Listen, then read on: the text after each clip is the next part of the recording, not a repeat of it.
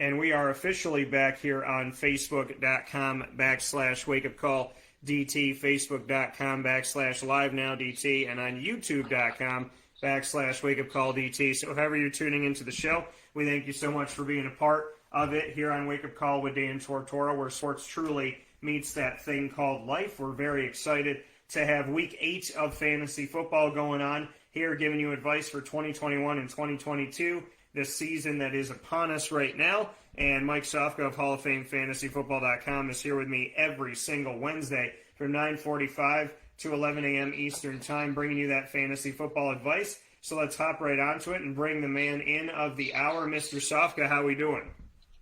Doing wonderful. How are you, Dan?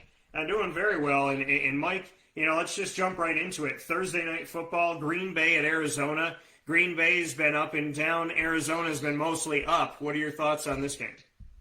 A lot of pressure on Arizona here. You would think it'd be the opposite because all the injuries to the Green Bay Packers, especially the receiving core.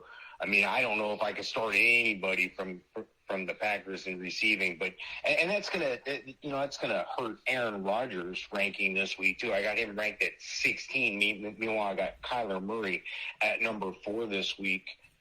Going over to running back, Aaron Jones is Aaron Jones. They're going to have to rely on him, and we'll see what happens if they stack those guys in the box. I got Aaron Jones at 9 this week, and I got Chase Edmonds at 16. James Conner's a little further down in 30s, but he might be worth a flex play to you.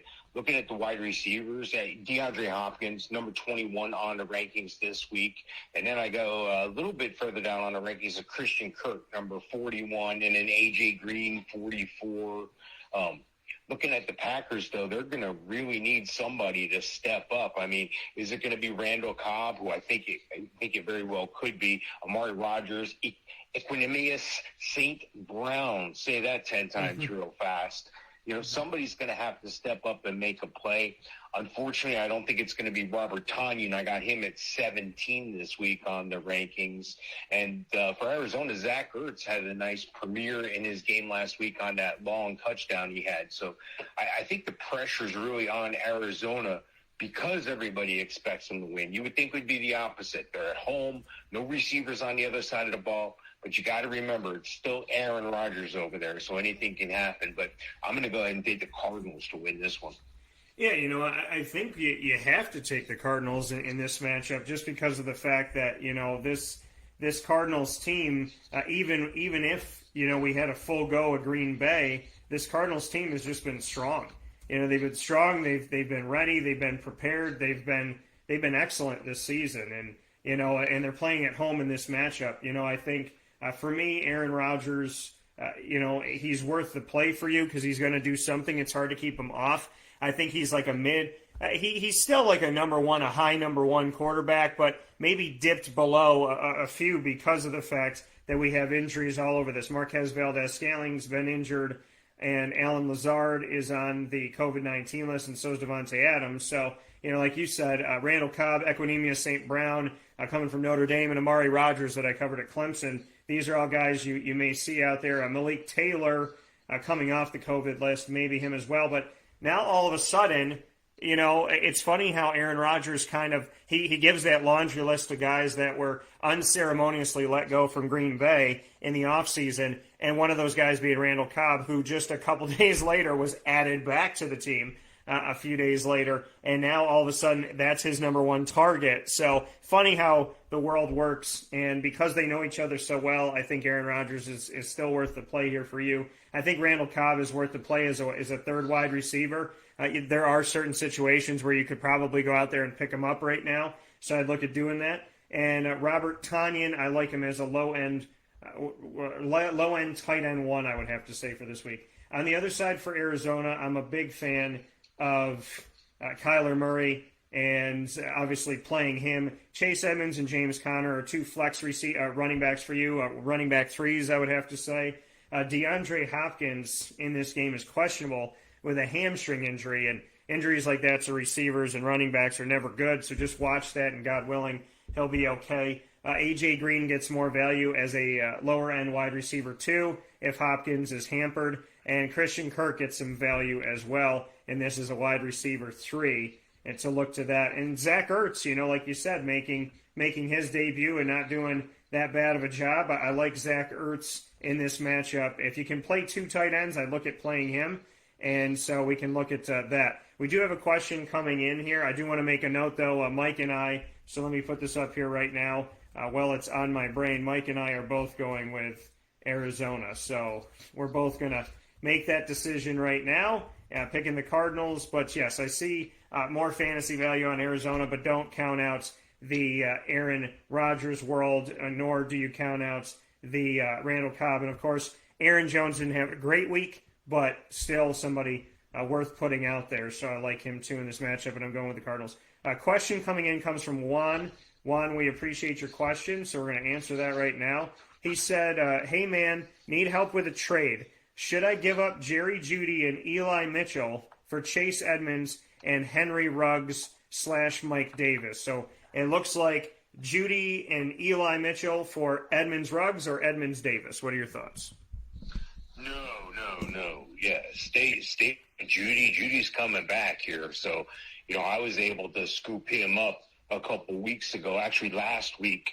And that's the thing you got to remember, with what we have going on, not all leagues are set up for a lot of IR spots, and Judy was out for quite some time here. So, I was able to scoop him up unnoticed 2 weeks ahead, because that's my old thing. If you're not 2 weeks ahead, you're a week behind, and that's how you guarantee success is you arrive early. You don't show up in a rush late. So, I think Mitchell's going to continue to grow as a runner in that San Fran offense. I don't think those other guys are as big a threat to him as everybody's, seemed to think at the beginning of the year with Trey Sermon. Jerry Judy's Jerry Judy. He's going to turn it on. So, no, I wouldn't make that trade. Yeah, I'm going to tell you to keep Judy too. Eli, I'm not as sold on, but I'm not going to tell you to get rid of Jerry Jeudy. And so, Juan, we would suggest that you keep what you have right now and understand that it's frustrating when a player gets hurt. It's frustrating when somebody goes down. But Jerry Jeudy is a very, very talented receiver, and although there's been some issues at quarterback in Denver, we have seen that Cortland Sutton as well as Jerry Jeudy have been able to have some success. So I wouldn't give up on him. And I don't want to say I wouldn't give up on him just yet. I wouldn't give up on Jeudy at all, to be completely honest. That's just not something that I would tell you to do. So I'd say stay where you're at. And next game up, Mike, Carolina, Atlanta. What do you have for this game being played down in Bird City in Atlanta, Georgia? Yeah, well, they got problems in Carolina, and the problem unexpectedly is at quarterback. Sam Darnold started the year okay. I think part of the problem is he doesn't have his tight end anymore. Dan Arnold, they traded him away. Tommy Tremble's trying to step up. Ian Thomas hasn't stepped up. And you look at the fact that they're in the rumor mill for trying to talk their way into a trade for Deshaun Watson, giving up 3 first-round picks, and obviously a lot of shadow with 22 accusations against him right now. So not on the exempt list, still eligible to play. And, it's a tough thing when you're a quarterback of a team you were doing well. So Darnold needs to bounce back. This could be a bounce-back game for him. Unfortunately, I just don't think it's going to be. I have him at 19 on my rankings this week, and I got Matt Ryan a little bit higher at 13. Chuba Hubbard's still filling in. I think Chuba Hubbard is good enough to just be a borderline RB1. He's at 14 on my rankings here, so solid RB2. And then Cordero Patterson's right above him at 13. Mike Davis has all but disappeared. And then I go over to the wide receivers, and DJ Moore's having a spectacular year, 580-some-odd yards on year already. Needs to pick up the touchdowns, the production there, but that'll come with more time here. He's bound to get some more looks in the end zone. And, on the other side of the ball for Atlanta, Calvin Ridley's the guy. He's the number one since Julio left especially, but I think he was secretly the number one even when Julio was there at late. 17 on the rankings this week. And then you go over to tight end. Man, Kyle Pitts, he's really exploded the last couple games. I look for that production to continue. He's number 3 on the rankings this week. And again, like I said before, looking for somebody else to step up from tight end. Hopefully Tommy Tremble will have a game, but I got him ranked in the 30s right now. Looking at this game, I really think that I just got to go with the home team. They're having better quarterback play as of late with Ryan. And, they need somebody else to step up in the receiving corps. Robbie Anderson has all but disappeared, like I said. So I'm going to take the Falcons over the Panthers. Yeah, I mean, this game is, it's a divisional game in the NFC South, but it's underwhelming right now. We've seen P.J. Walker step up. I loved seeing P.J. come in because of the fact that, I covered him at Temple, and then, obviously I paid very close attention to the XFL, and with the one season the XFL was back, I am a reigning fantasy football champion in the XFL. So got a nice trophy for that. So no one can ever take that from you, and no one can ever top your feat either. Right, and that's the thing, to have that. So I'm excited about that. Excited about what P.J. Walker can do. At the same time, in my leagues, you have a team quarterback, so you're in a situation where you got both. So Darnold gets benched, P.J. comes in, let's say arguably he throws 3 touchdowns, you get all of that. But, the quarterback situation in Carolina, not ideal right now. Chuba Hubbard hasn't been fantastic, but he's still somebody I think is worth putting out there. I think he's a low-end 2, high-end 3 at running back. And DJ Moore and Robbie Anderson, they go as the quarterback goes, of course, and I like Anderson more with Darnold, but ultimately, remember this, P.J. Walker and Robbie Anderson, both Temple guys. So you got Robbie knows Sam from the Jets, Robbie knows P.J. from Temple, and Matt Rule was also at Temple, the head coach. So building a little Temple corridor here in Charlotte, North Carolina. But I would say DJ Moore is a wide receiver 2. I'd say Robbie's a little bit behind him on that. I'm not sold on the tight ends for Carolina. And on Atlanta's side, Matty Ryan, Josh Rosen has found his way to Atlanta. Rosen has been all over the place after being a top 10 pick, unfortunately. And so sad to see that. Cordero Patterson has kind of taken over the reins from Mike Davis a little bit here as Mike Davis has dipped. They've tried to find their running back for multiple years since Devontae Freeman and Tevin Coleman had to split time because Devontae was getting hurt all the time.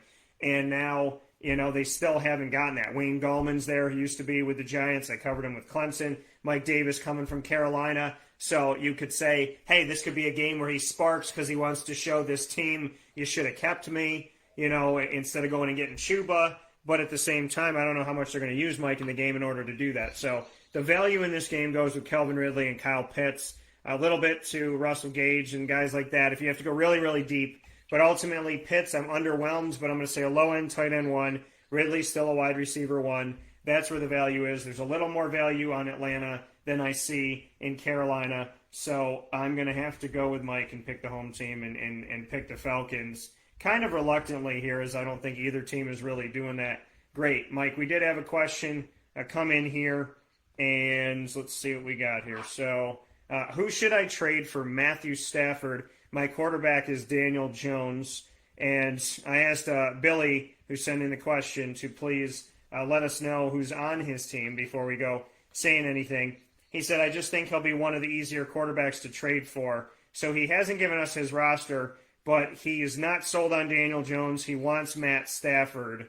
And so, Billy, you got to tell us, do you have any other quarterbacks? And what does your roster look like? Before we tell you to trade for Matt Stafford, I'd love to know who's on the team. So, Mike, well, he sends that in here. Billy, we appreciate the question. Now, if you have any questions for us on Facebook, MixLR, or YouTube, you can very easily, they're all /WakeUpCallDT. So if you go to youtube.com /WakeUpCallDT, Facebook.com /WakeUpCallDT, or mixlr.com /WakeUpCallDT, and send us your questions, we'll be happy to answer them as they come in. Billy, just please send us your roster so we know who you have before you go wheeling and dealing guys away.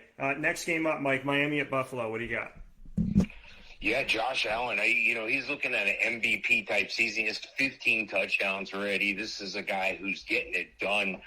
Not an extreme amount of air yards, but very efficient quarterback, and he can run with the ball too. Not quite Lamar Jackson, but he can run when he needs to. He's the number 1 overall quarterback on my rankings this week.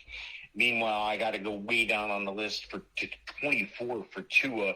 Again, talk shadow in Miami saying that Sean Watson may be heading there, but I kind of like the progress Tua is making. I don't see how after 13 starts they can give up on him so quickly.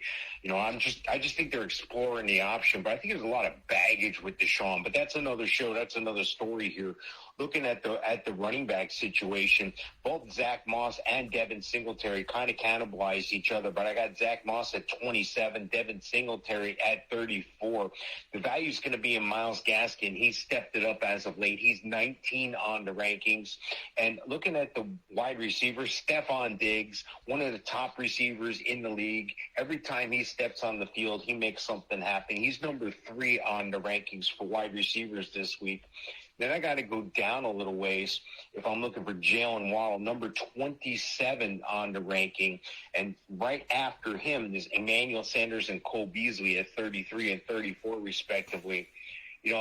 Looking at the tight ends, Mike Gesicki, number 7 on my rankings this week. That's where the value is. And Dawson Knox still has the broken hand, so he's not going to play. He's officially listed as doubtful, but he's not going to play. Look out for, if you want a wild play and you want something super crazy, a super long shot just to do it, I wouldn't do this. I'm not advising everybody to do this, but a wild play might be Tommy Sweeney, round 7 draft pick from 2019 out of Boston College, 6'4", 251 pounds. This guy's going to fill in the red zone. Watch for him to get a touchdown this week. I like the Bills big this week in this game. Yeah, and Tommy Sweeney covered him in college, so pretty cool to see him come back out there and do his thing. Billy sent his roster, so we'll get to that in just a second. I do want to get to my thoughts here on Miami as well as on Buffalo, and Mike going with the Bills at home. Tua, I'm the same way. There was this whole thing where they tanking for Tua, and not 1 year, but a year and a half, 2 years that they were waiting to get this guy from Alabama. How could you give up on him already? I think it's kind of ridiculous and kind of stupid. And, I think it's wrong, honestly. I think it's wrong, and I hope that they don't. And the thing is, why would you give up on a guy who came to you and is fighting to be there? And the only thing, and I understand injuries and whatnot, but you bring in Deshaun Watson, you bring in drama, you bring in all of these cases, you bring in the fact that things aren't resolved yet still. It's like you're bringing in you're bringing in someone who's bleeding out as opposed to someone who has a cut on their knee. So, I don't see the benefit to Miami, but I've seen dumber things done. So, quarterback-wise, fantasy-wise, I'm not going to tell you to play Tua in this game. Jalen Waddle is worth the play, and Mike Gesicki as well. That's the value I see on Miami side. On Buffalo side, obviously Josh Allen, Stephon Diggs, yes. Emmanuel Sanders, looking at this game, he had another good showing, so I think that puts him as a low-end 2, high-end 3. Cole Beasley got a touchdown. He's a good flex by definition for you. Gabriel Davis, who I thought would rise to number 2, has dipped a little bit here, so I wouldn't tell you to play him this week, but I'd tell you to watch him. If you got him on your team, I wouldn't tell you to drop him. And Dawson Knox is doubtful, and so Tommy Sweeney, as Mike was talking about, opportunity to get in the end zone, and I think he will. I honestly think this could be, Tommy Sweeney's NFL debut party. So even though he's been in for a little bit, so I like Tommy Sweeney in this game as your tight end. There's more value on Buffalo, so I'm going to go with the Bills, and that's just the way that my cookies crumbling this morning. Shout out to a fantastic movie if you haven't seen it, Bruce Almighty, starring Jim Carrey, where he uses that pickup with that tagline. That's the way the cookie crumbles, and I know other people have used it too. So, Mike, looking at fantasy right now, we have Billy saying to us, and I like his team. So I don't know if I would trade anybody, but to let you know who he has, I honestly I'll just read it off. He's got Daniel Jones and Jameis Winston, but his running backs Antonio Gibson, Alvin Kamara, James Robinson. His receivers, A.J. Brown, Mike Williams, Stephon Diggs, Odell Beckham Jr., Cortland Sutton, and Sammy Watkins. His tight end is Dawson Knox. Defense, Broncos. Kicker, Matt Gay. And he said he's trying to trade A.J. Brown and Gibson for Tyreek Hill. I like this team. I'm not overly excited about your quarterbacks, Billy, but I would imagine in free agency somebody's available. I don't like the thought that you would have to package Daniel Jones with Gibson, Kamara, Robinson, A.J. Brown, Stephon Diggs, Mike Williams, Cortland Sutton, Samuel. I don't know, Mike. I feel like I wouldn't be trading pieces away from this team just to bring in a Matt Stafford. Yeah, you can, believe it or not, there's a couple leagues. Every year I experiment with new tactics, new ideas, new ways to go, whether it's streaming a quarterback. That sounds insane, right? I do that, and it's very productive in one league that I'm in right now. I just stream the highest ranked quarterback, and I go with it. I like to do that on defense as well. First things first, you're going to need to get coverage for Dawson Knox. So let's handle that right away, because you're going to want somebody that's going to jump. You're not going to take Tommy Sweeney. I know I said it was a wild play, but yeah, you want to stay away from that. He's from number 27 on the ranking.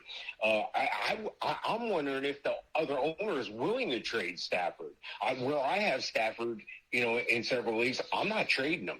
I think the Rams are the team nobody's talking about. I think they're the most likely team that no one is mentioning go to this Super Bowl, and they need to. Matt Stafford was the last piece to that puzzle. He's got excellent receivers. Darrell Henderson's having a great year. They got a solid defense. Defense is the quarterback's best friend. So I would see if that owner's willing to trade Stafford first. Let's not get all worried about what the price is. Let's see if he's even for sale. If he is for sale, which I'd be surprised, obviously you're going to have to give up a big piece, but giving up a Tyreek Hill, that's just too expensive for a quarterback. There's too many other options, and you could, like I said, you could stream. Daniel Jones isn't doing that bad. Jameis Winston, I'm more, but Daniel Jones is going to have his ups and downs. He's an NFL quarterback. He's number 10 on my rankings this week, so he's not that bad. Matt Stafford's number 8 this week. He's 2 notches ahead. So sometimes you're better off, where you're at. The grass isn't always greener, but first check the line apart with Stafford. I'd be surprised if he is. Yeah, and I would be surprised too if something like that was readily available. But I would just be smart. I would just be smart about what you're doing. You don't have a bad team. You just have frustration at quarterback. And the thing that you need to know too is if you're willing to trade for Tyreek Hill and whatnot, and you're willing to give up big pieces to bring him in, understand that the owners are going to know that, and they're going to abuse it, and they're going to ask you for some stuff. I mean, you got to think about, do I really need this guy? And yeah, you might like him. He might be one of your favorite players, but if he's your favorite player, wear the jersey, because what you're willing to give up just to bring somebody in is not always the best decision to make. And he just told us that Joe Burrow is available in free agency right now. So I would rather you drop Winston and pick up Burrow. So yeah, drop Winston, pick up Burrow. Burrow is solid. He's on his way up this year. He's got Jamar Chase, the deep ball threat there. He's got a good run game with Joe Mixon. The defense is going to go nuts this week. If you stream defenses, or if you're thinking your defense ain't getting it done, pick up Cincinnati this week. Yeah, pick up Burrow. I mean, the fact that he's out there is just stupid news. I mean, that's crazy, boy. That's crazy talk, but that's fine. So you know what? You got a little gift here. Christmas come early for Billy. So go out and get Joe Burrow. Don't worry about trading anybody away. Just drop Winston, pick up Burrow, and be happy that he's out there, because that should not be happening. Somebody, Grandma was drunk in the kitchen again. So definitely get him and pick him up right now. Next game that we have to talk about as we're here inside of the Fantasy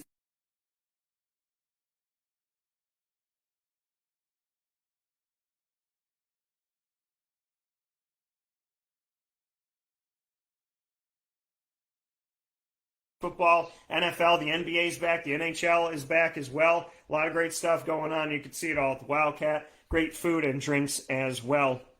3680 Milton Avenue in Camillus, New York. And you can, of course, get catering, takeout, and delivery. Call 315-487-2222 for takeout and delivery. And you can also ask about catering. That's 315-487-2222. Next game, Mike, San Francisco at Chicago. You would think it was the battle of Trey Lance and Justin Fields, 2 rookies that were taken in the first round of this draft, but the San Francisco situation is a little interesting as opposed to the Chicago one. What are your thoughts on this game? Mike, can you hear us? We got you? Okay, we may have lost Mike for a second here. Hello? Yeah, so what do you think about San Fran at Chicago? Yeah, you ever go shopping for just about anything, and there's always a generic brand or black and white can or whatever, sometimes values are pretty good. Sometimes they're not. So to the average viewer, this game is like the generic product. This is like the Kirkland brand game. There's only one guy I'm really excited about watching, but I'll get that in a second here. Trey Lance isn't going to make the start. I think Garoppolo is going to make the start here. I got him at 23 this week. I got Justin Fields at 26. So not a lot there in the quarterback play. So, okay, my value's at running back. Well, maybe. I got Elijah Mitchell at 24 this week. And then, the Bears, they're going to have a mixed bag there, with Williams and Herbert. Herbert is the guy. If I had to pick one, I would go with Herbert. Ranking.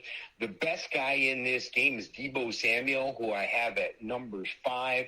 I'm not starting any Chicago Bears receivers. I mean, Darnell Moody's at 40 on my rankings here, so not a lot of value there. And then going over to the tight end situation, Kittle is still out, so I'm not real excited about a Ross Dwelly. I'm not excited about anybody. A Colt Kmet, 22 on the tight end. No value there. So I'm going to watch this game because I want to see these players that no one else is watching. So even when you're looking at mediocre players, or how we would in our minds say mediocre players compared to the other players on other teams, I like doing that because not everybody's doing it. I'm going against the grain there. So I'm going to study up on the people that no one's watching. I'm going to know those guys inside out. So if you get a chance to watch this game for that part. Both teams losing records. One of them's got to win. I'm going to take the Bears at home in an upset. Yeah, like you said, somebody's got to. I mean, they can tie, but somebody's. I think this could be like a 19-19 game, but I do have some faith that they're going to get into the 20s.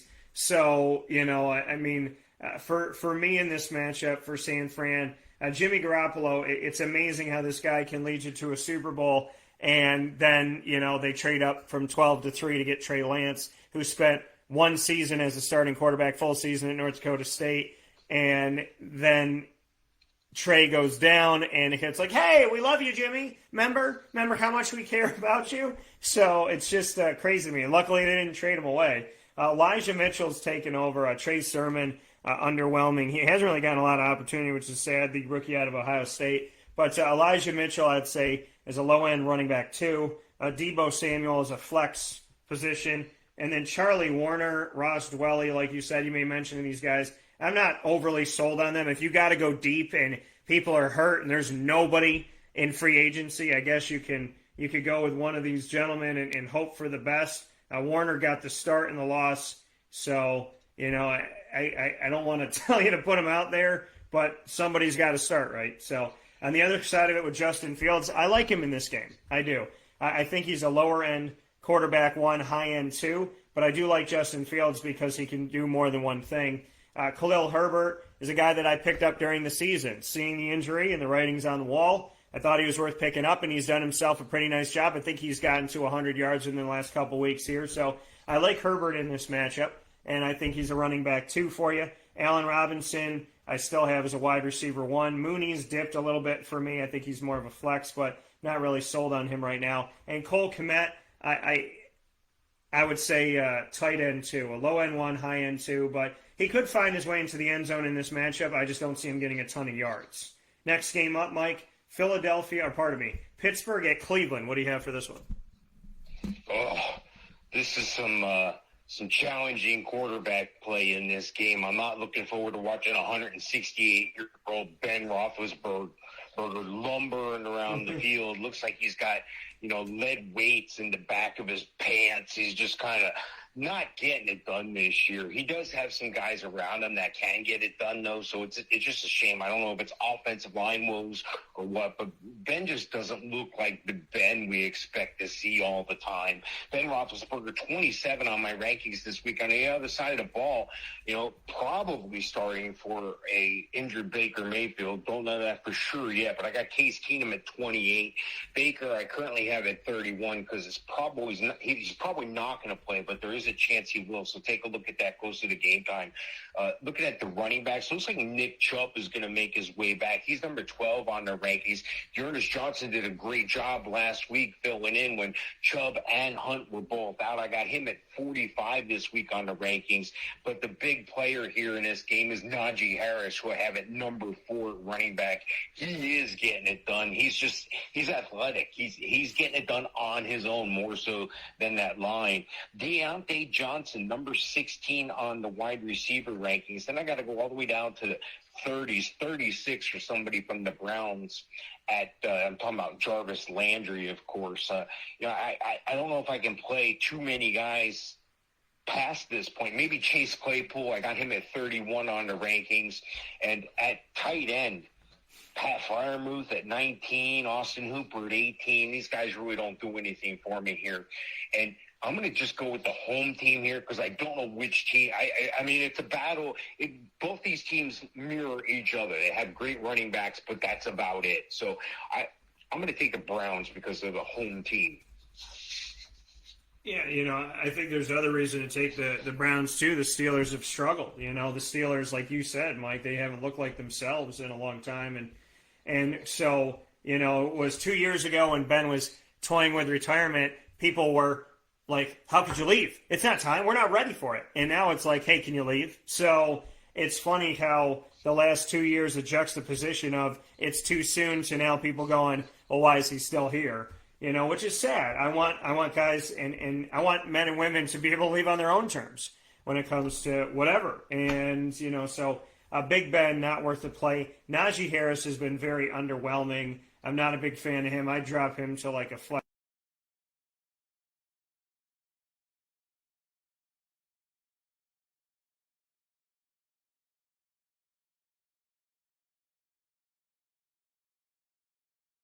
Underwhelming. James Washington's been non-existent. I like Freiermuth. I really do. I think the Jaguars should have gotten him. Think about this. The Jaguars go after Travis Etienne, which I don't think is a bad choice. But Travis Etienne goes down with an injury, and now the Jaguars, what have they needed all year? A tight end, and they don't have one.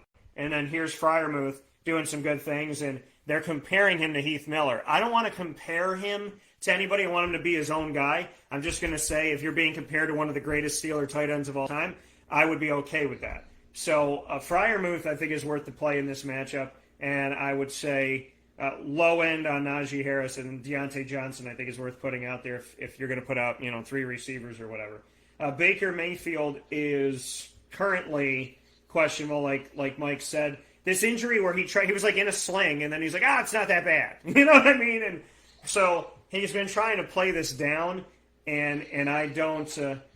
Which is kind of reminiscent of another team that wears orange helmets, which is Syracuse, where they'll play down an injury. Oh, that injury's not really that bad, and then it's like the guy's out for like 4 or 5 weeks. So, I hope Baker gets better, and I hope he stays well. Same goes for everybody here. It's tough, but it looks like Case Keenum's going to get the start here. I'm not really sold on the quarterback situation there. If Chubb's able to go, you obviously play him. And Dearness Johnson, he racked up and did some good things last week, and Mike and I spoke about him. And what did I say? Nick Chubb, Kareem Hunt are out.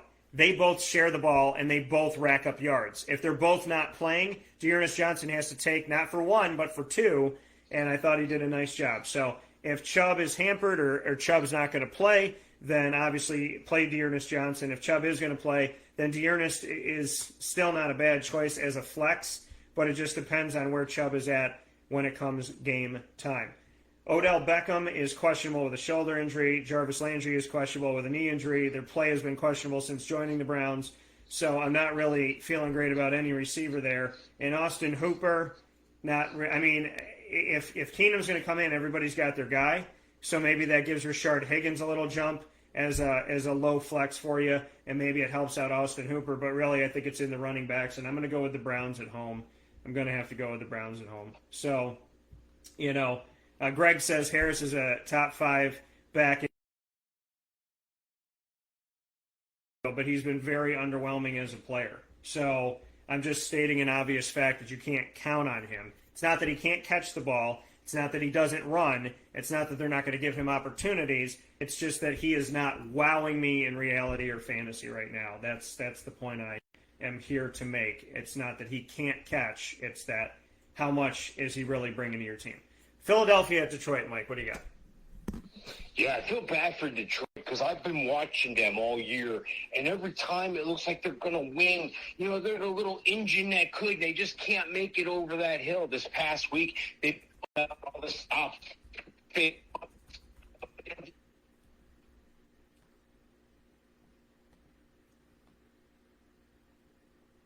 It just you're almost rooting for these guys just because they're the underdog. They're 0-7, but I'm going to tell you something. If there's a week they could sneak up and bite somebody, it might be this week because the Eagles come to town 2-5. It's just not a very good Eagles team right now. But then again, neither are the Lions in reality. Jalen Hurts is, again, he doesn't wow me on the field. I don't go, oh my God, this guy's dominant. But for fantasy purposes,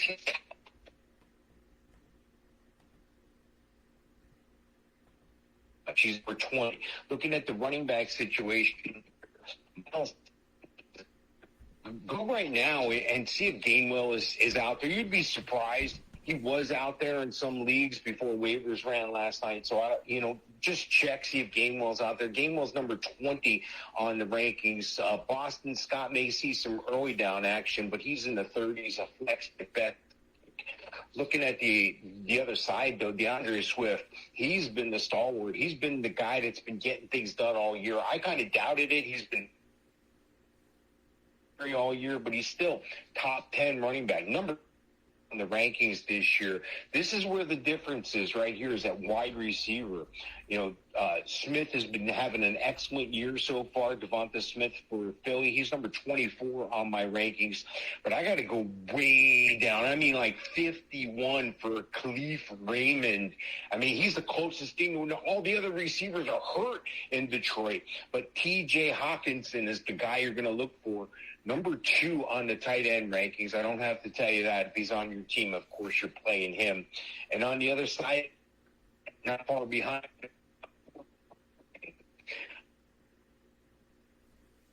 Oh, Mike, we lost you for a second. You said not far behind us, who? Not far behind Dallas Goedert. In the upset this week, Philly's favored by 3.5. I'm going to take Detroit at home. I'm going to take Detroit at home. So, Mike, going with Detroit in this matchup here. And, I think for me, and I want to go back to Najee Harris for a second, to Greg's point. Najee has games where he's had 5 catches, 14 catches, 6 and 6. So he's had 4 games where he's caught at least 5 balls. So, yes, in PPR there's value. And, yes, he had the game of his life against Cincinnati, receiving the ball, targeted 19 times, catching 14, 102 yards. And he had a good rushing attack game against Denver, 23 carries, 122, and a touchdown. My point is he hasn't found the end zone that much. He's found the end zone 4 times in the 6 games that he's played. He's found the end zone 4 times. That's what I'm making mention of. 4 times over 6 games. Now, looking at what he's done overall in the giant body of work, yes, fantasy-wise, he's not bad. He's a running back, too. I get that. So I stand corrected in the sense of I should have put him a little bit higher. I just don't like the fact that he's not consistently getting into the end zone. And I don't like the fact that, I don't know, I just feel like he's been underwhelming as a performer overall. But yes, by the numbers, he is not a bad guy to put out there as a number 2. So let me make that mention now. I think he's an RB1. I think he's been an RB1 all year, whether you're PPR or not. I like him. Yeah, so I go a little bit lower on him to an RB2, but not an RB3. So I will stand corrected on that. Jalen Hurts on the other side, in this game for Philadelphia, I should say. I'm a fan-ish of Hurts. I'm like on the line. So if you can play 2 quarterbacks in your league, I would look to play him. Kenneth Gainwell play him. Miles Sanders is questionable. God willing, he's okay from his ankle injury. Even with Miles Sanders out there, I thought Gainwell is worth it because you never know what's going to happen, and Sanders has unfortunately been hurt a lot. So I like Kenneth Gainwell in this matchup. Devontae Smith, I like him too in this, and Dallas Goedert, I like them in this because they're playing Detroit. Detroit on the other side, I said, if it didn't work, they got 972 draft picks from the Rams and Jared Goff. If Jared Goff is a bust, guess what? You don't have to worry about it. Go draft somebody in 2022.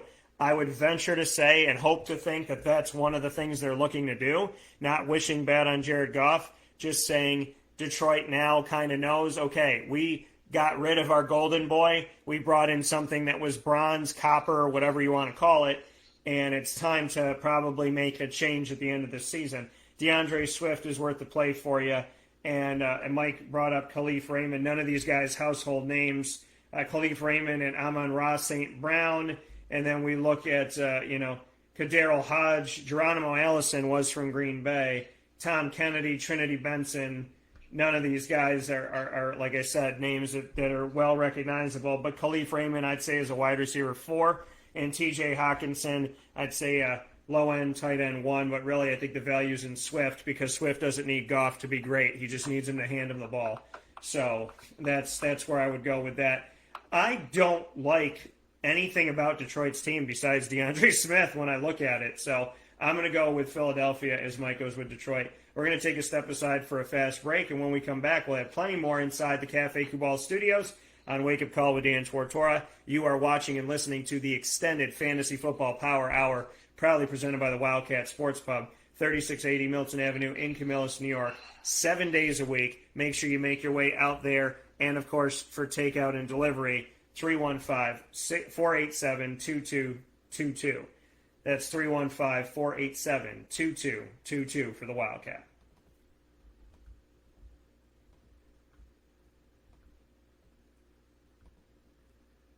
Happy tastes like. Do you know why? Because we make ice cream. Creamy, rich, flavorful ice cream. Not yogurt or iced milk like some of our competitors. Ice cream. Fresh, by hand, daily. For the calorie conscious, we have something new for you. Our new Carbolite. Same great flavor, creaminess, and texture of our regular ice cream with only 35 calories an ounce. So whether you want an ice cream cake, flying saucer, dasher, carvalanche, hard or soft ice cream, we will satisfy your craving with our fresh, handmade regular or new Carbolite ice cream. Carbo the way. It's what happy tastes like.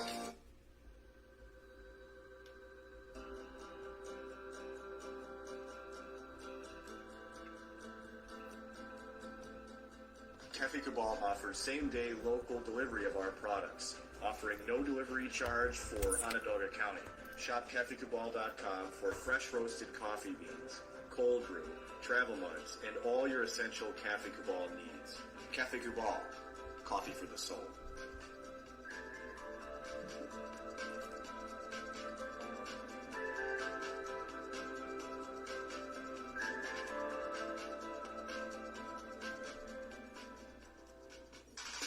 The Wildcat Sports Pub in Camillus, New York is located on 3680 Milton Avenue in the Home Depot Plaza. It is your family-friendly sports bar and restaurant. Folks, some sports bars aren't family-friendly. Some family-friendly restaurants are not sports bars. The Wildcat Sports Pub in Camillus, New York is proud to be both. It is that marriage that you've been looking for years. The Wildcat Sports Pub is your home base for your sports bar and restaurant needs, games for the kids, indoor and outdoor activities, and enough things on the menu to come back every single week and get to try something new. They're open Sundays from noon to 8 p.m., Monday through Wednesday, 11 a.m. to 11 p.m., and Thursday through Saturday from 11 a.m. to midnight. For reservations and party information, call 315-487-2222 for the Wildcat family-friendly sports pub and restaurant.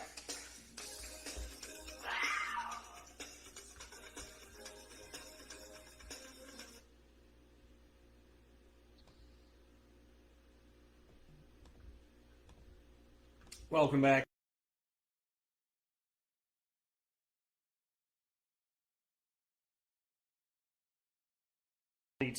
You are inside of the Cafe Kubal Studios, Cafe Kubal, 3501 James Street, as well as 401 South Salina Street and 208 North Townsend Street in Syracuse. You can also find them by going inside of Galisanos Children's Hospital. We thank them for all they do in the community. That Cafe Cubal in downtown Syracuse inside Galisanos Children's Hospital, and out in Manlius on 343 Fayette Street. And, of course, their newest location and drive-through location, the Cafe Cubal on the corner of Route 11 and Taft Roads in North Syracuse, New York, a.k.a. Sweetheart Corners. We are inside of the Fantasy Football Power Hour here, folks, with Mr. Mike Sofka of Hall of Fame FantasyFootball.com, the winning fantasy football group that we have on Facebook, and, of course, Winning Fantasy Football on YouTube. So make sure you check all those out. Proudly presented by the Wildcat Sports Pub, this is the Fantasy Football Power Hour. It is Week 8 for 2021-2022, and Mike and I are hopping right back into things. I do want to let everybody know I also picked Chicago earlier, if I didn't make mention of that before.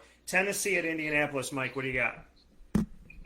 Yeah, this is a game I'm looking forward to watching as well. Both teams have their ups and downs, their peaks and valleys. Looking at the quarterback, both these guys are just off the QB1 pace. I got Carson Wentz at number 14 and Ryan Tannehill at 15. And that's okay. They don't have to be the superstar on their team because they have some superstars around them. Derrick Henry, number 1. This guy's a horse. Number 1 running back this week. On the other side of the ball, they got an RB1 there too, and Jonathan Taylor, number 8 on my rankings. Looking at the receiver, this is where things get a little bit dicey, okay? Because you got A.J. Brown. I got him at 18 for Tennessee. Then I got to go down a little bit further to 22 for Michael Pittman. But then there's a tremendous drop-off for both teams after that. Looking at the tight end situation, Tennessee, maybe I'm looking at Anthony Furtzer, but probably not because he's 25 on the rankings here. And on the other side of the ball, Mo Alley Cox, I got him at 16 this week. Looking at this game, I'm going to call the upset again. Tennessee's only favored by 1, and Tennessee's beat Kansas City, but we see Kansas City is falling apart. Patrick Mahomes doesn't look like Patrick Mahomes, so, I don't know if that's a fair judgment of where Tennessee really is. Tennessee's a good team. They're a great team, as a matter of fact. They're 5-2, but I really think that the Colts are going to jump up and bite them here. I'm going to take the Colts in an upset. Mike going with the Colts, and a very interesting play by Carson Wentz in the rain, running and tossing the ball forward, just leaving it as just a lame duck in the air, and that thing was taken away by San Francisco. Ugly, ugly game for, Sunday Night Football, and just not a pretty thing this past week. But, Tennessee's got Derrick Henry. Tennessee's got, arguably the best back, not this year, but of the last few seasons here. That could be the best back that we're talking about of the decade as time goes by here. So big fan of Derrick Henry. That's why I draft the man. So I like it. A.J. Brown and Julio Jones are supposed to play in this game. That's something that we haven't been able to say for a while. A.J. Brown, I would say, is a a wide receiver 2. I would have Julio as a 3. And Derrick Henry, obviously, as a 1. On the other side, for me, and Ryan Tannehill, not a bad play for you. I mean, if Lamar Jackson's your other quarterback and he's off this week, I'm okay with you playing Tannehill. And if you had Derek Carr or Ryan Tannehill, that to me, I don't know how much better you're doing for yourself. But, Ryan Tannehill, because they're both talented, Tannehill has the chance where he can wow you, but he also could be 22 points. We think, Mike and I thought going into the season he's a top 10 quarterback in the league. And at the same time, when you got Derrick Henry, you can really lean on that and let that take you to the promised land a lot of the time. I'm not sold on the other end with Carson Wentz. Jonathan Taylor's worth the play for sure. And Michael Pittman, I was waiting for when he was going to show up. He showed up in this past game. I like Michael Pittman as one of your wide receivers, either a 2 or a 3 to put out there. Mo Alley Cox, I'm not really sold on. I think it's more of, running back versus running back, and then Michael Pittman and A.J. Brown. I like that scenario, and maybe a little bit of Julio Jones. This is a tough game for me. I know Mike went with the Colts, and I get it, but I'm going to go with the Titans on the road. I feel like this Titans team, I mean, this is their division now, if they want it. And that's kind of the thing. It's like, no, you take it, no, you take it, no, you take it, no, you take it, because Houston only won this division, in my opinion, of the last few years prior to these last let's say a few years back here they were winning consistently because you could be 8-8, you could be 9-7, you could be 7-9 and be the best team inside of this division. So for me, I don't feel great about the AFC South. But the Titans are the best team within it right now, so I'm going to pick the Titans. We do have some thoughts coming through. Billy's back said, which wide receiver do you think I should play? I have Watkins, Mike Williams, Diggs, A.J. Brown, Odell, and Sutton. My tight end I'm going to replace for Knox is C.J. Uzomah or Mo Alley Cox. Which one do you think? So let's address the first things first, Mike. What wide receiver should you – Billy, tell us how many can you play, and we'll answer that question. He wants to know what wide receivers he should play. How many spots do you have on your roster? Let us know that. But we can answer the tight end question. C.J. Uzomah or Mo Alley Cox? Well, I got Mo Alley Cox right at 16. I was going to get the Uzomah in this report coming up here, but I got him right at 21. So that should tell you something right there. As far as the wide receivers, you're going to want to start Diggs and Brown, of course, and I'd go with Mike Williams. Okay, and so Diggs and Brown, if you got three, then that's what Mike would say. So I would say, looking at, if you have three to play here, Watkins, Mike Williams, Diggs, AB, Odell, and Sutton. He said I have two spots, but I'm going to put one at flex, so he does have three. So that works out. So Mike, say yours again here. Diggs, of course, and then Brown, and then if you're gonna play, I don't know all the running backs here. Unless is this the same team before with the trade question with Daniel Jones and Winston at quarterback? Yep, same team. Yeah, he might be better off playing a running back, playing Robinson at the flex. So, I would strongly consider Robinson above Mike Williams, even if it's a PPR. Yeah, and I wouldn't deny that either. So Mike says Mike Williams, but if it's flex, then go Robinson over Williams, and I would agree with that. So I'll go Robinson over Williams on that. My response here. So Billy Bob, that's from Mike. For me, I would say Diggs. I would say Brown, and I would say Cortland Sutton, but the issues that they've had there, I'd probably say Robinson. So I'd probably agree with Mike. Diggs, Brown, and James Robinson. If you're going to flex somebody out, I would flex out James Robinson. Definitely Diggs. I'm torn between Brown and Sutton, but I'll say Brown. They're playing the Colts, so I'll go with Brown on this one. Next game up that we have here, Mr. Sofka, is Cincinnati at the Jets. What do you got?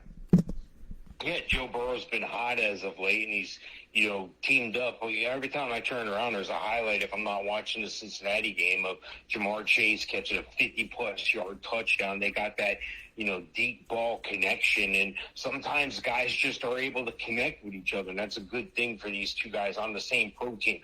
Played for the Tigers in college, and they played for the Bengal Tigers in the pros. Joe Burrow, number 12 on the ranking this week. The other side of the ball, Mike White is going to make the start here since Zach Wilson is out with the injury. I saw Mike White was in the game. I thought they got the Florida Gators basketball coach to play quarterback for the Jets. I didn't know what was going on. Mike White from Western Kentucky, they aired it out, before he came into the league in 2018, but it's the NFL. It's a little bit different. The speed's a little different. Guys that you think are open are not open. So, I can't start Mike White. He's like number 28 on the ranking this week. Looking at the running back situation here, Joe Mixon, he's been an RB1 all year, top 10. He's number 5 on my rankings this week. And I'd have to go all the way down to the 28th spot to find Michael Carter, the only running back I would start. Number 28 on the ranking. Looking at the wide receivers, Jamar Chase, like I said, every single game he catches a deep ball. For that alone, he's number 7 on my rankings this week. I've seen some guys, I follow other people's rankings as well, and I look, just to compare notes, if you would. And I've seen people have him in the top 3 this week. So I got him at 7. On the other side of the ball, though, I can't really start a Corey Davis, a Jamison Crowder, a Denzel Mims, a Braxton Berrios. I can't start any of these guys simply because they have Mike White at quarterback. If you're in a league and you're not sure about your defense, go ahead and see if the Bengals are available. Pick them up because they're playing the Jets here. You're going to score some points.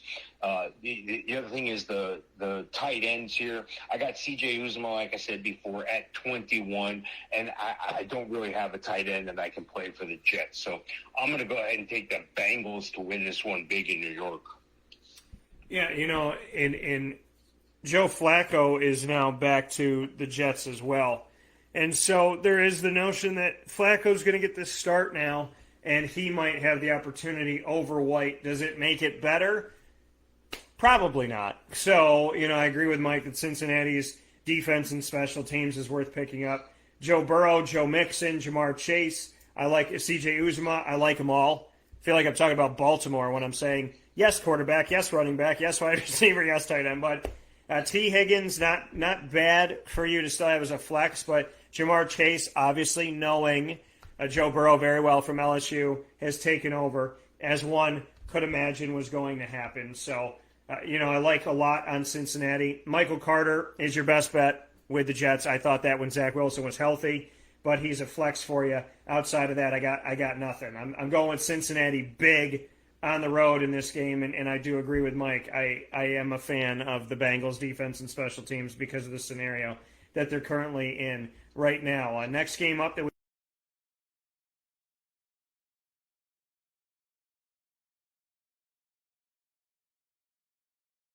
I think they're under the radar, even though they're 6-1. They're 3-0 on the road here, and they're playing at the Texans, who are just reeling. They're just bad all the way around, and that's reflective of the fantasy rankings as well here.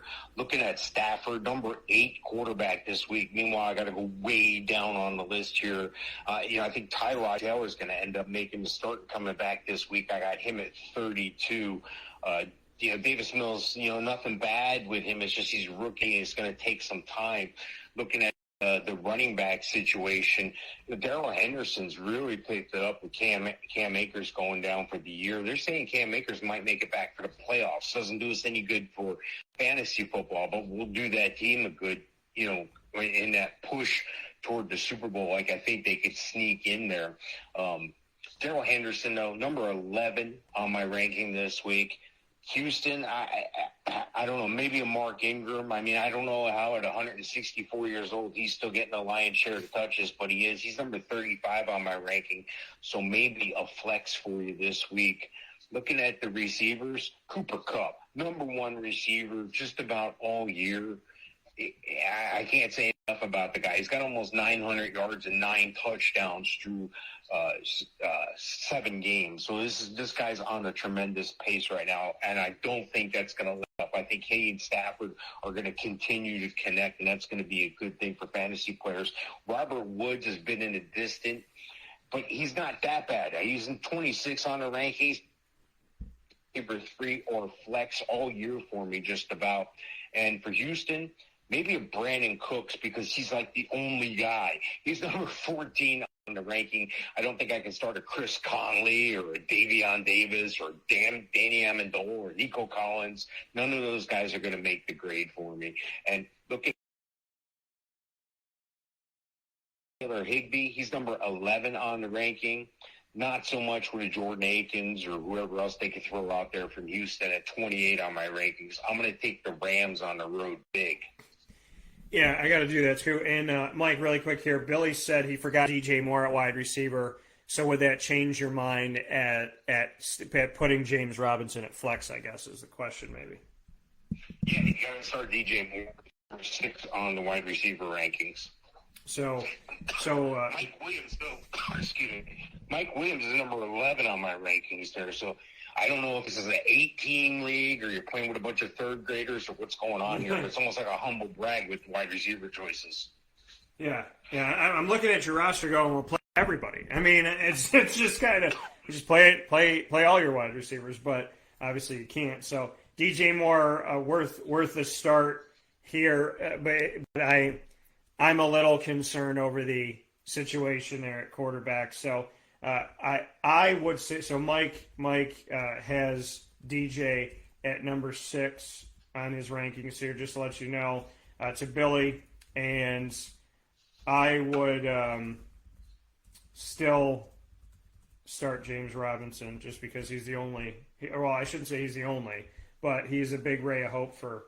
Well, now for that Jacksonville. DJ Moore's in the mix, I mean, A.J. Brown may come out of the mix here. Because, like I said, I got Williams at 11. I got Diggs at 3. And then you got DJ Moore at 6. So, I mean, Sutton's at 15. And that's with Jerry Jeudy coming back. And then you got A.J. Brown at 18 on my rankings here. So, it's just you're not gonna choose the wrong guy here. Yeah, there's a lot of good stuff. You have a lot.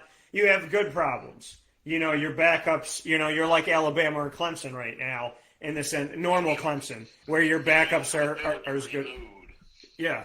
I mean, your backups are in a situation where they're better than other people's starters. I'm going to make this easy for the Rams-Texans game. Matt Stafford, Darrell Henderson, Cooper Kupp, Robert Woods, Tyler Higbee, yes, for the Rams. For the Texans, Brandon Cooks is a flex. And good night. So I'm just going to pick the Rams on that one and make that very easy for you. Those are my feelings on the two teams. New England at the Chargers, Mike. What do you got?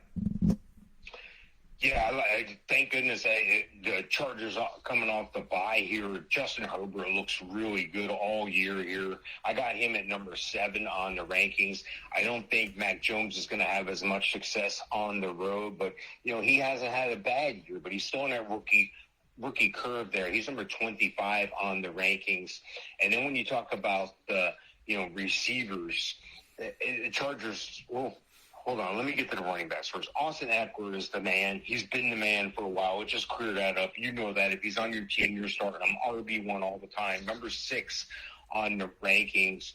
And for New England, Damian Harris, he's been dinged up, but he's still been getting it done, number 23 on the rankings. And then over at receiver, Keenan Allen, Mike Williams, boom, boom, 1-2 punch, 10 and 11 on the rankings. And I really don't have a wide receiver that I can count on for New England. Maybe Kobe Myers ranked at 32 on the rankings this week. And then at tight end, New England doesn't have that guy really. But Hunter Henry's been stepping up as of late. You didn't know whether it was going to be Jonnu Smith or Hunter Henry. I like what they did going out getting both guys. Hunter Henry was injured to start, but he's been coming on strong. I got him at number 9 this week, so bottom end, tight end 1. And then for the Chargers, Jared Cook at 168 years old, still getting it done. Tight end 1, barely. Number 12 on the rankings this week. I'm going to take the Chargers at home. Yeah, the Patriots are not looking like they used to, that's for sure. I think, Damian Harris, again, the committee is all there, but James White, your PPR stud, he's on injured reserve. So Damian Harris, I would say, is a flex guy for you. I'm not sold on anybody else. Jonnu is hurt, so now that gives a little more value to Hunter Henry as a tight end 1 to put out there for this. And remember, he's playing his old team in his old city. So this could be a big-time game for Hunter that wants to make his presence known. So I like Hunter Henry in this matchup. For the Chargers, I like Herbert. I think he's a low-end quarterback 1. Austin Eckler's worth the play. And Mike Williams and Keenan Allen, I think both of these guys are low-end 2s, high-end 3s for me.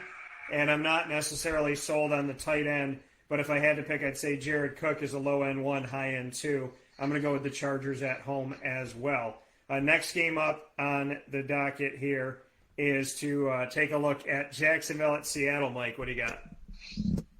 Yeah, Trevor Lawrence is the better quarterback in this game. I don't think I can say that, up to this point in the year. But Trevor Lawrence is number 17 on the rankings here. I got Geno Smith filling in for an injured Russell Wilson. I got Geno Smith a little bit further down at 22 on the rankings this week. Looking at the running back situation, this is where a little bit of value is. I got James Robinson at 15. But on the other side of the ball, Chris has been out. Alec Collins has filled in nicely. I got him 38 on the ranking. He's been overcoming some injuries on his own. Rashad Penny is back. Look for him to get some goal line vulture carries here in a touchdown-only league or a DFS league. That might be a cheap option for you. And then looking at the receivers, James, Agnew from the Jaguars seems to have that connection with Trevor Lawrence right now. And it's kind of odd because he's not the guy I thought would have that connection. But Marvin Jones is the guy you know is going to get the looks. He's going to get the targets. Number 29 on the rankings here. But on the other side of the ball, there's a little more value, in DK Metcalf. He's super fast. He's probably the fastest guy on the field in this game. And I look for another long touchdown from him. He's number 12 on my rankings this week. And then looking at the tight end, Dan Arnold, number 15 on the rankings here. And then I got to go down a little bit further for Gerald Everett, number 24. I think that, believe it or not, even with Geno Smith at quarterback, I think they can rely on that defense is going to force some turnovers. I think this is a game that Seattle's going to win. Yeah. I mean, Seattle's a good team, and I know that they're without Russell Wilson right now, but they're still talented. And listen. I am a fan of Jacksonville. I've been a fan of Jacksonville forever. The Cardinals' sin as a broadcaster is to, lean on your team just because you like them. I know Jacksonville's struggling. I know that they're in a place right now where, they stopped the bleeding, but they still haven't won a game in America in the last 20 plus. They had to literally cross the pond to win a game, which I jokingly said they're going to have to do that, and then they did that, and here we are. So in this matchup, James Robinson is worth the play. Jamal Agnew is worth the play because he brings you multiple at wide receiver as well as in the return game. And Dan Arnold, I don't think, is a bad play here as a low-end tight end one. On the other side for Seattle, Alex Collins has shown himself what he did for Baltimore. Now he's back here doing things again. I like DK Metcalf, Tyler Lockett, and Gerald Everett and Will Dissly. It's hard to say what's going to happen between these two gentlemen, but I would lean on Everett a little bit more, but they kind of eat each other, so I don't know if I would play either one of them. DK and Tyler, yes, Alex Collins is a running back 3 for you, as a flex for you, I would say. And I am actually, in this matchup, going to go against the 12th man, and I'm going to pick the Jaguars in this game. And it's not because I'm a fan. It's because, I trust my gut. And I think that where they are right now, what they just did, I think they've given themselves some momentum. And I think that, the Seahawks have done some good things, but the Seahawks are also, without Russell Wilson. And I think when push comes to shove, if Trevor's going to let it fly, I see some more value in this. So I'm going to pick the Jaguars in this matchup to win the game. Next game up that we have, Mike,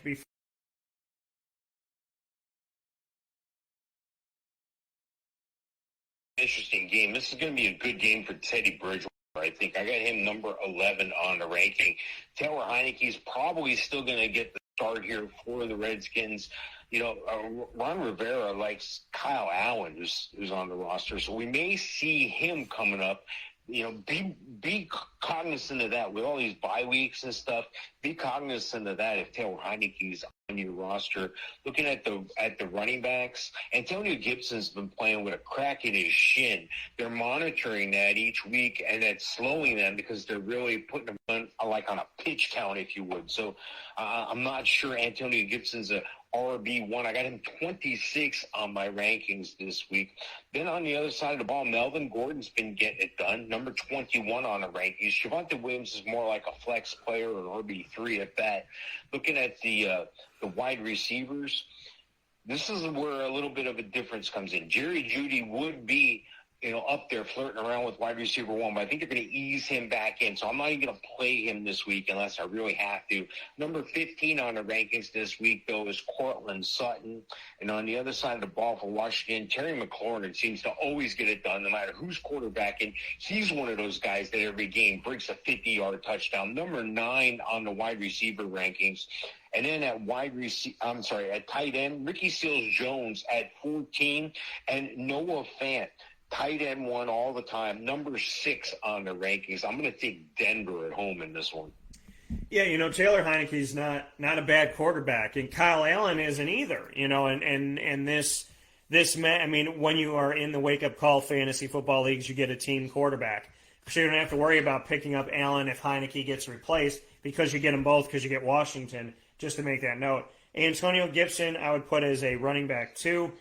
Terry McLaurin I would keep out there at wide receiver for you. On Denver side, Teddy's back. Teddy's doing his thing. I like Teddy in this game as a lower end quarterback 1. I like Javonte Williams to go out there as a running back 2. Melvin Gordon slightly behind him. I like Cortland Sutton in the game. I like Tim Patrick as a flex for you, and I like Noah Fant. And with that, I'm going with the Denver Broncos. Last game before the fast break, Tampa Bay at New Orleans. What do you got? This last year was Brady versus Breeze. Now it's Brady versus Jameis Winston / Taysom Hill. What do you have for this? Yeah, you got to go with Tom Brady. Of course, you know that if he's on your team. Number 5 on the quarterback rankings. Jameis Winston, not so much. Knocked down to number 18 this week. Alvin Kamara, though, he's always up there in the top players overall. How can you not get this guy in your lineup? I'm not telling you anything you don't know. Number 2 on the rankings, playoff Lenny, he's down at 17, but that's not a bad place. He continues to get it done, keeping Ronald Jones on the sideline. I like Leonard Fournette, number 17 on the rankings. Looking at the wide receivers, this is what a big difference is. Tampa's got 3 guys, could be the number 1 on anybody else's team. Chris Godwin, Mike Evans, and Antonio Brown. Those guys are all ranked 19, 20, and 23 respectively on the rankings here. And New Orleans, well, not so much. We're waiting for Michael Thomas to come back. Marquette Callaway's not lighting it up. Deontay Harris isn't lighting it up. Traquan Smith and Jameis Winston are screaming at each other on the sidelines. And on the field of play, Jameis is shoving them out of the huddle. It's not a good look, not a good situation for Tampa to come into your home and watch you fight each other. You can't do that, Jameis Winston. Juwan Johnson's the closest thing they got to a tight end in New Orleans. He's number 33 on the rankings. And Tampa, well, Gronk's dinged up. I think we're going to see Gronk back this week. I got him number 5 on the rankings, and I'm going to go with Tampa to win this one in a solid victory. Yeah, I mean, with all the issues going on, I mean, and Mike said it, and we've talked about it, that Jameis Winston, is he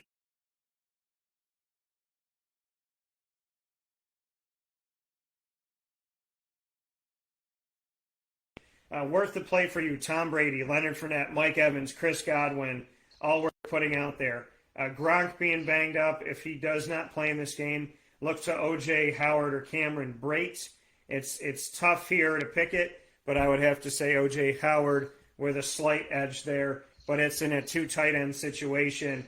I wouldn't throw him out there as your one dominant end-all be-all tight end. I would like to hope that you have somebody better in that situation that could be your tight end 1 for this week. On New Orleans side, it's Alvin Kamara and the story for me. I'm going Tampa Bay by a landslide, in my opinion. With that being said, we're going to take our final fast break here on Wake Up Call with Dan Tortora. When Mike and I come back from inside of the Fantasy Football Power Hour, we'll give you Sunday and Monday Night Football. You are watching and listening to Wake Up Call with Dan Tortora inside the Cafe Cubal studios, and we'll be back with you right after this.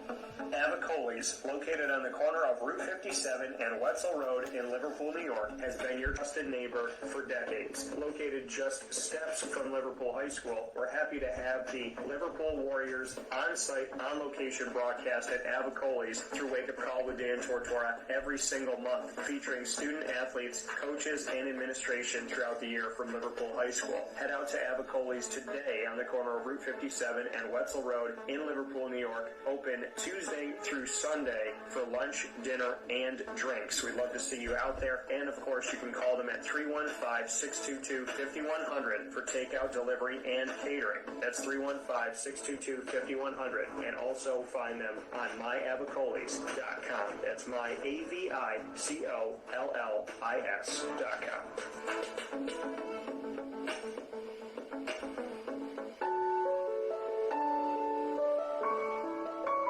Having peace of mind when you're out of town that your furry-loving friend is safe and sound means taking them to Canine Campground, because we all know that when it comes to the love of our pets, it goes well beyond the call of duty to make sure they're safe and sound. Right, Lily? So take a ride to 242 Johnson Street in East Syracuse, New York, and see Canine Campground and where your dog will be staying. In the classic cabin, the executive cabin, the grand cabin, or of course the luxury cabin, because if you know Lily, you know she loves luxury. Now you don't have to wait to the last minute to find a family member or a friend that'll take your dog for a few days. Call Canine Campground at 315-299-4013. That's 315-299-4013. Their drop-off and pickup times are Monday through Sunday. Check K9campground.com for more information. That's the letter K, the number 9, and campground spelled with a K.com. K9campground.com. When you're going out of town, bring your dog to Canine Campground.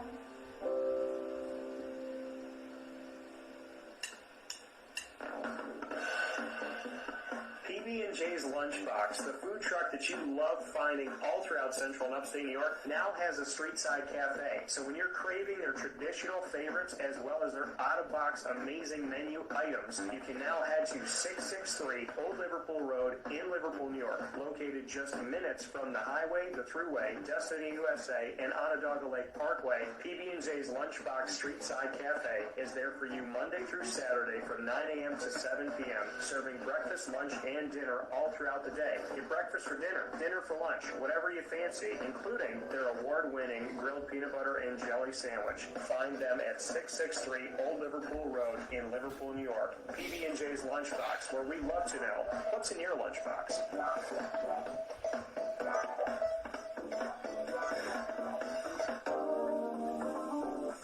As a patient, what do we want? To be cared for, to be listened to, and to have someone walk us through the process on our path to victory. Victory Sports Medicine and Orthopedics does all of those things beautifully, with Dr. Mark Petropoli leading the team on 791 West Genesee Street in Skaneateles, New York, located minutes from beautiful Skaneateles Lake. Whatever your injury may be, from head to toe, preventative care, rehab, physical therapy, laser therapy, and surgery are all available at Victory Sports Medicine and Orthopedics, where they care about us, they listen to us, and they understand that everyone's path to victory is a little bit different. Let them help you on yours by calling 315-685-7544 to make your appointment today. That's 315-685-7544. You can find out more information at victorysportsmedicine.com.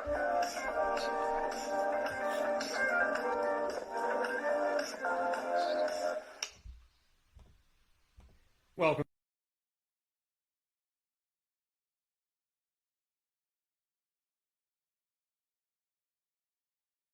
Where you're listening, you're watching on Facebook Live on Facebook.com/LiveDT and Facebook.com/WakeUpCallDT, as well as on YouTube.com/WakeUpCallDT. However you're tuning into the show, we appreciate you so much. Watching live Monday through Friday from 9 a.m. to 11 a.m. Eastern Time, and being in our archives and checking out the show there on YouTube, as well as Stitcher, Spotify, MixLR, iTunes and Apple Podcasts, iHeartRadio, TuneIn, Podbean, and more by searching Wake Up Call with Dan Tortora, or one word, Wake Up Call DT. Mike and I have two final pieces here after both picking Tampa over New Orleans on the road. Sunday Night Football, Mike, Dallas at Minnesota. What do you got? Yeah, this is a great fantasy game. There'll be a lot of points scored in this game, so I'm really looking forward to this one. Looking at the quarterback, Dak Prescott, always top 10, number 6 on the rankings. And Kirk Cousins, because it's going to be a shootout, Mr. Mendoza goes all the way up to number 9 on the rankings this week. Looking at the running backs, 2 of the great running backs in the league, Dalvin Cook at number 3, Ezekiel Elliott at number 10. I'm not telling you anything you don't know already here. Looking at the wide receiver, this is a little bit different. Justin Jefferson's number 4. Then you got Adam Thielen at 13. Well, Dallas has got a good pair of receivers as well, and CeeDee Lamb number 8, and Amari Cooper checking in at 25 on the rankings here. And then looking at tight end, Dalton Schultz, number 11. Tyler Conklin's been having a great year at tight end for the Vikings, number 10 on the rankings here. I think it's going to be a shootout. I'm looking forward to watching this one, but I'm going to take Dallas on the road. Yeah, I think this is going to be a great game. I'm very excited for it. This is one of those games that a few years back people were getting really hyped about. These were the Sunday night games. This was like a Thursday Thanksgiving football type of game for the Dallas Cowboys to have a matchup like this. Obviously, they'd be at home. But being on the road here, you got to watch. Dak Prescott is questionable with a calf injury. If he's able to go, I like him. Put Zeke out there. Tony Pollard as a flex. Amari Cooper and CeeDee Lamb, both worth the play for you. And I like Dalton Schultz, who's finally starting to show up. On the other side of it with Kirk Cousins, I agree with Mike. Not a bad play as a quarterback one. If you're Lamar Jackson is on bye or whatnot, if you're in a situation like that, I do like that with Kirk Cousins. Dalvin Cook as well. I like Kirk Cousins more in this than I like Ryan Tannehill in his game against the Colts. Just to kind of give you a little matchup there. Dalvin Cook, Justin Jefferson, Adam Thielen, all worth the play. Tyler Conklin, a sneaky tight end. If you could put in 2, I don't think he's your tight end 1. And I'm going to pick Dem Boys on there. So definitely am excited to see what they could do coming off of this. Mike, Monday Night Football, our final game here. The Giants at Kansas City. I guess the question is, how the hell did the Giants get on Monday night? What are your thoughts? Yeah, this is a big situation here where I'm not necessarily looking forward to this game. I guess I am, because I'm wondering, how far can Patrick Mahomes slide? This is the danger when you're a young player coming in and having instant success. This is the danger of bringing your team to the Super Bowl. This is the danger where everybody expects you to be the best at all 32 teams, is the NFL. There's a lot of good players. There's also a lot of good defensive coordinators. So I think they're finally catching up with Patrick Mahomes, leading the league in interceptions right now. I think he's got like 9. It's crazy. You could actually almost play the Giants defense on the road in KC. Are you kidding me? I still got Patrick Mahomes at number 3 on the rankings this week just because of the potential, what he can do, and what he can do with Tyreek Hill, who's number 2 on the wide receiver rankings this week. So going back to the quarterback, though, Daniel Jones is still worth the play here. The Kansas City defense has been suspect. This could almost be classified as a shootout, but I don't think there's that many impact players in this one. Daniel Jones at number 10 on the quarterback rankings. Darrell Williams, number 18 on the rankings. Devonta Booker still filling in for Saquon Barkley with that damaged ankle. Devonta Booker, number 22 on the rankings. Tyreek Hill, I mentioned, number 2 on the wide receiver rankings. I don't know if I can start any other wide receiver. I mean, Sterling Shepard I got at 30, so take that for what it's worth. Travis Kelce, consistently week in, week out, number 1. Didn't quite get it done for me last week, but he's the number 1 tight end again this week. And Evan Ingram, number 13 on the tight end rankings. I'd like to say the Giants are going to sneak up and, bite Patrick Mahomes like everybody else has been doing all year. But how can you go against the Chiefs at home, even when they're 3-4, when Patrick Mahomes and Travis Kelce are healthy? I'm going with the Chiefs. Yeah, I'm looking at this and saying to myself, are the Chiefs fantastically set up to have a Super Bowl run right now in this moment? No, Baltimore looks better. But the Giants' 3 starting receivers are all hurt. Kenny Galladay down with a knee injury. Sterling Shepard, now all questionable for the game. Sterling Shepard, questionable with hamstring. Kadarius Toney, questionable with an ankle injury. Saquon Barkley is questionable in this game with his ankle.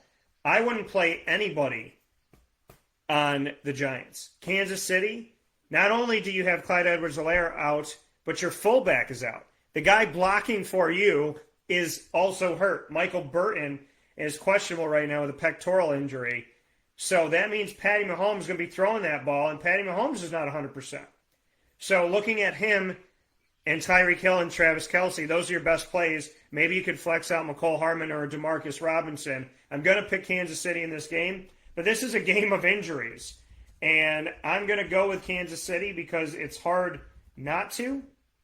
However, this game is not what I would hope it to be. I'm not expecting the fantasy points that I would hope from it last year. However, it's our Monday night game, and I'll be watching. So with that being said, Mr. Sofka, we're both picking the Chiefs. There's a little more value, obviously, on the Chiefs than the Giants, and that's where we're sitting at right now. Any final word as we wrap up Week 8? Yeah, just watch, watch the injury reports this week. Watch who practices on Friday.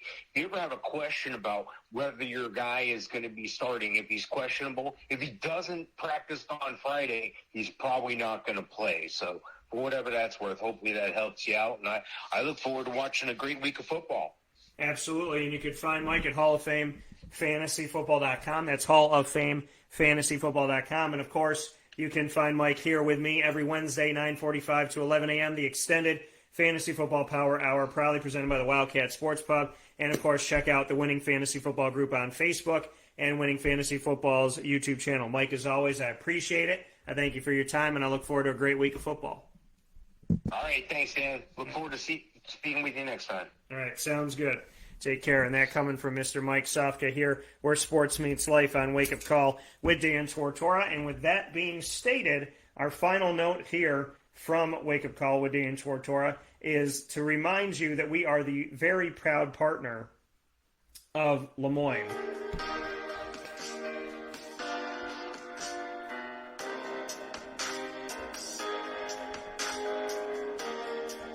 And being a proud partner of the Lemoyne Dolphins every single Wednesday, including today, this morning, you can go back and watch it on Facebook.com/WakeUpCallDT, on YouTube.com/WakeUpCallDT, and on Twitter at CallDT, where we've shared it. You can go and see the story of Maddie Vine, a student and athlete, as well as a registered nurse here in our community of Central and Upstate New York.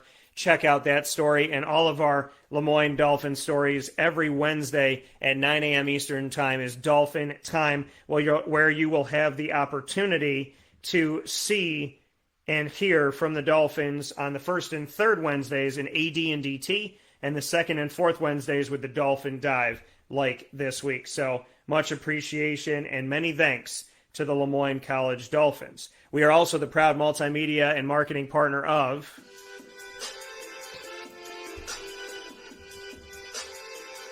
Marywood University with the Pacers. You can check out Marywood University's newest Pacer Pride exclusive special on Wake Up Call with Dan Tortora by hanging out with us this Friday at 10:30 a.m. Eastern Time, where the multi-championship caliber and successful coach Mr. Rob Aarons will be joining the show for men's and women's cross country and track and field from Marywood University, on site, on location.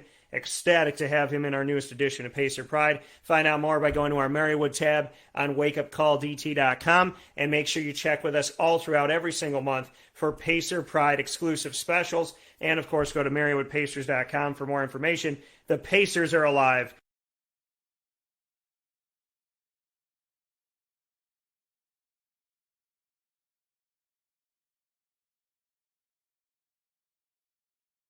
As with Mike Sofka, we hope we've helped you in fantasy. If you need any help from us, then you can respond to that video and go to youtube.com/wakeupcalldt or facebook.com/wakeupcalldt and reply to the specific video for week 8, and we'll answer your questions. Make sure you find us on Facebook at Wake Up Call DT. Twitter at CallDT, and Instagram at WakeUpCall_DT. And as always, God bless, no stress, do your best. We'll see you tonight at Pizza Man, right before the game goes on for Syracuse basketball's preview, a little exhibition game against Pace. Before that happens, I'll be on site, on location tonight at 5:30 on the dot, going live with a very successful field hockey team in our community from Baldwinsville. The Baldwinsville Bees are going to be live on site, on location, on stage at 50 Oswego Street in Baldwinsville, New York at Pizza Man tonight at 5:30 while I pull double duty heading off to Pizza Man at 5:30 and to the Dome at 7 o'clock. We'll see you there.